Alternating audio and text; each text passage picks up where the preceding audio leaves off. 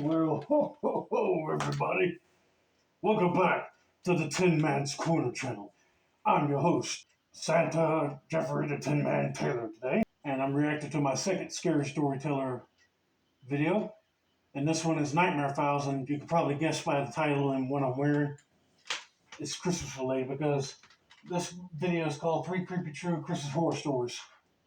So without further ado, I'm going to turn these lights off, move the camera up here for you guys, and let's get this reaction on the road and in the bag, shall we? Okay, here we go.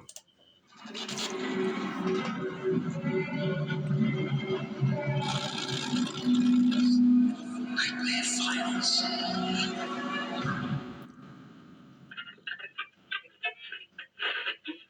Tis the season for giving, but for thieves, it's the season for getting.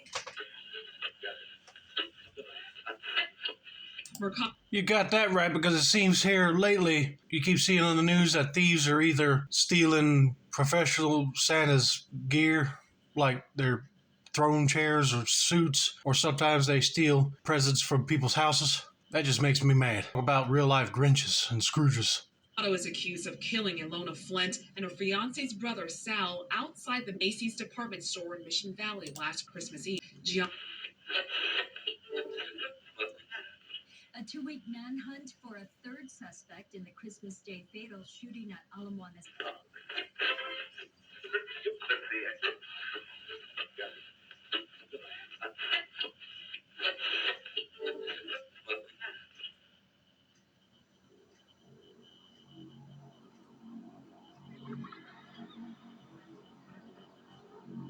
It was Christmas and I was a freshman in high school. Okay. My family has been split up for some time, so normally we trade off Christmas Day and Christmas Eve each year. And this year, I had come home early from my grandparents' Christmas party, while everyone else was at my aunt and uncle's celebrating another party.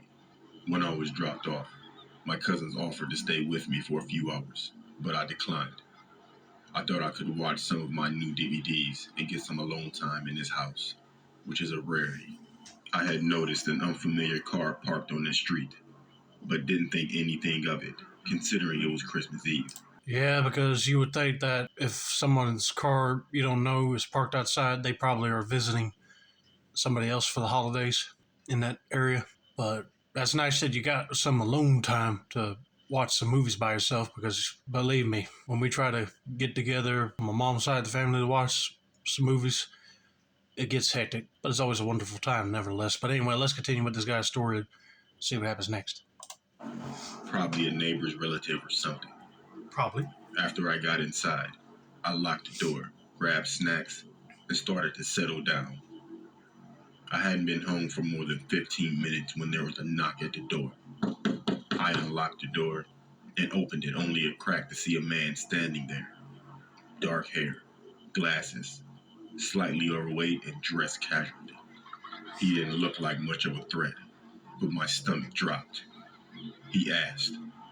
I was wondering about the car outside. Is it for sale? I told him I don't think so. Is there someone here I can talk to about it? I said, quite stupidly, no, you can come back another time. And I shut the door and turned the lock as fast as I could. Yeah, I was about to say do that, because he's up to no good, and you told him that nobody's there to talk about that car, then he knows they automatically are alone, and he'll probably try to break in and rob you. And I thought he was the guy that was driving that car. Apparently not. He reached for the door handle immediately and started pounding on the door. I heard a string of profanities and the pounding stopped.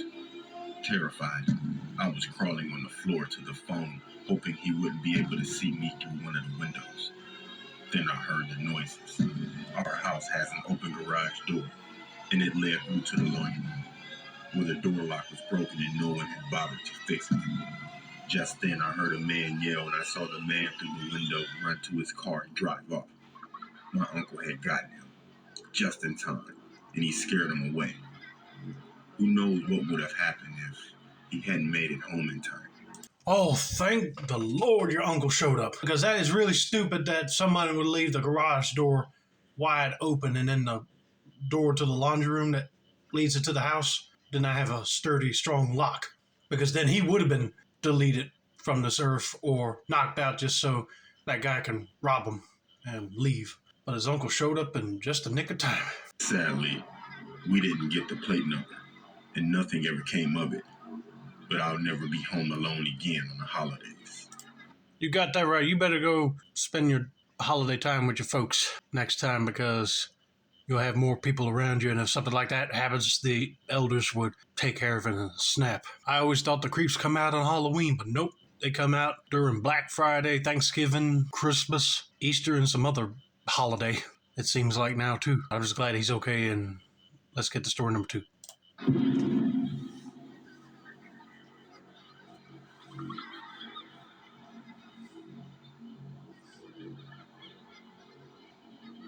This story takes place 4 years ago, and it still haunts me to this day. It was Christmas night, and my family were driving home from the fancy restaurant. I, unlike my family, was tired, so the 45-minute drive seemed perpetual. On top of that, my little sister was constantly moaning about how her friend didn't get her anything for Christmas. After about 20 minutes of driving, my dad stopped at a gas station to get some cigarettes, and my sister, brother, and mother all got out to pee. I'll be like, really, girl? You should consider your friendship with her as a gift at Christmas, because you're still hanging out with her. You shouldn't be thinking that you'll get gifts all the time. That's not what Christmas is about. Just being together is good enough. I stayed in the car and already had gone before we left. Once they all left, I decided to play a few games on my phone. I looked at the car clock, and then I noticed that 10 minutes had passed. So I immediately wondered what was taking them so long. As soon as I peered out of the car window, I saw a man staring at our car. The man startled me, as I didn't know how long he had been watching. What made it even more unnerving is that he had a plain blank face. No expression was shown. It was hard to make out any features, as it was pretty dark, and he wasn't standing in the illuminated part of the station. He was about 5'9" and looked to be middle age. Once he saw me notice him, he started walking towards the car. Then I'd be lying if I told you I was not scared. Luckily, my dad came back with the rest of the family just as the man took a couple of steps. My dad apologized and told me he had been in an argument with the cashier. I didn't care. I was just glad that my dad was with me. I took another glance at the man outside, and he was still staring. Oh, that's where they've been. I'll be telling the dad, right? But look out back of this window and tell him that there's a guy that was walking towards the car before you showed up. Because if his family took way longer, I guarantee you that he would have gotten that car and stole it. But this time, he had an annoyed look on his face. We drove off, and for the rest of the car ride, I couldn't stop thinking about this man. This wouldn't have been too bad if it had ended there, but it didn't. Later that night, I was watching YouTube while everyone else slept, and luckily for me, a storm was raging over us. I enjoy storms. It makes me cozy as I'm lying in bed. I put my phone down and just enjoyed the ambience.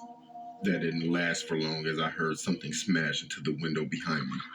I lurched forward and nearly fell out of my bed. I thought a bird had just smashed into the window.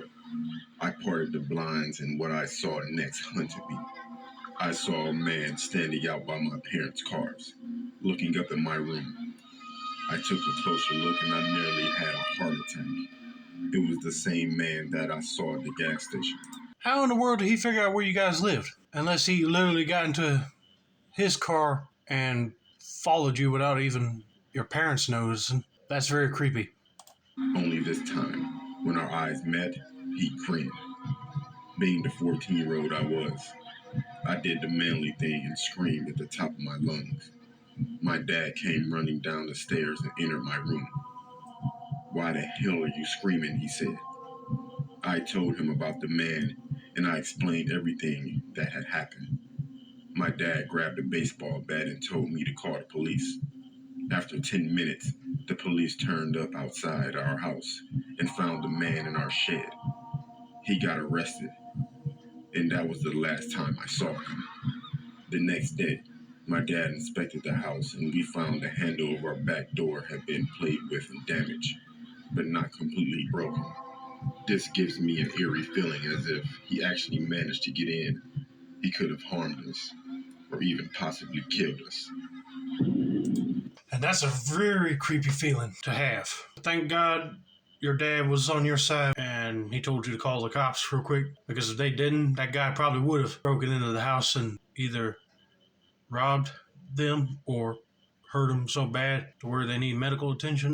But since the cops got there quick, they found him in the shed. Man, that is really creepy knowing that he found out where you guys lived.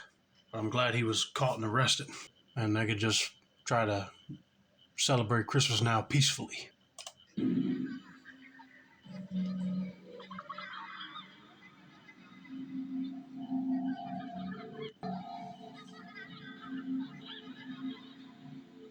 It was Christmas time around 1995 or 96. Okay. We were all at my aunt's house on a reservation of North Dakota. Some of my family was in the living room watching television. The kids were playing in the rooms or were sleeping. And my uncle, aunt, and I were all sitting at the table, putting a puzzle together. My cousin who worked at the casino would come home around midnight or 1 a.m. This night, as she pulled up and she was walking toward the house, she looked in the window and saw me sitting at the table, my uncle sitting across from me, and someone standing to the left of me, and someone standing in the corner. So she continued to walk into the house thinking nothing of it. When she got inside the house, she said her hellos and put her stuff away and came and joined us at the table. As we were sitting there talking, she looked at me and asked who was standing next to me a few minutes ago and who was in the corner. I told her no one, and she said, yeah, there was someone standing next to you. It looked like your mom, and she was playing with your hair. I have long hair in which, I used to wear down all the time. She said this person was running her hand on my hair, like a mother does a child. I would be creeped out because if this person did not feel their hair being played with and didn't see nobody there, I'd be like, okay, is this family member of mine starting to lose it, or they're actually seeing a ghost? Who knows? It kind of freaked me out, being I was probably only 12 or 13 at the time. My cousin swears up and down that someone was standing over me rubbing my head and watching me put the puzzle together with my aunt and uncle, and that there was another person standing behind this person. We got around to thinking it was probably her mom, she said. She passed away on her birthday a week before Christmas back in 1992. In my family, we consider our aunts and uncles to be just like our moms and dads. After thinking that it could have been her, it didn't scare me so much. However, we couldn't figure out who the person was standing in the corner. And always around Christmas time, something strange always happens. And we just think it's her visiting. Or is it?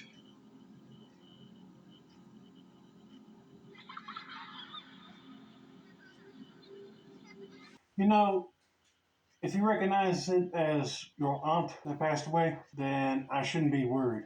And she's probably just visiting just so she can still have a good time with y'all at Christmas, but also probably watching over you kids, because this person's cousin said that they saw someone else standing right behind her. I guarantee you that person might have meant harm and she was just trying to make sure he or she don't do nothing. But that would be spooky to see, that's for sure. But anyway, I hope you guys enjoyed this video. Don't forget to like, subscribe, turn on post notifications for more Nightmare Files content like this. This has been another successful installment of the Tin Man's Corner channel. I'm your host, Jeffrey Tin Man Taylor, and have a nice day, and Merry Christmas early to all of you.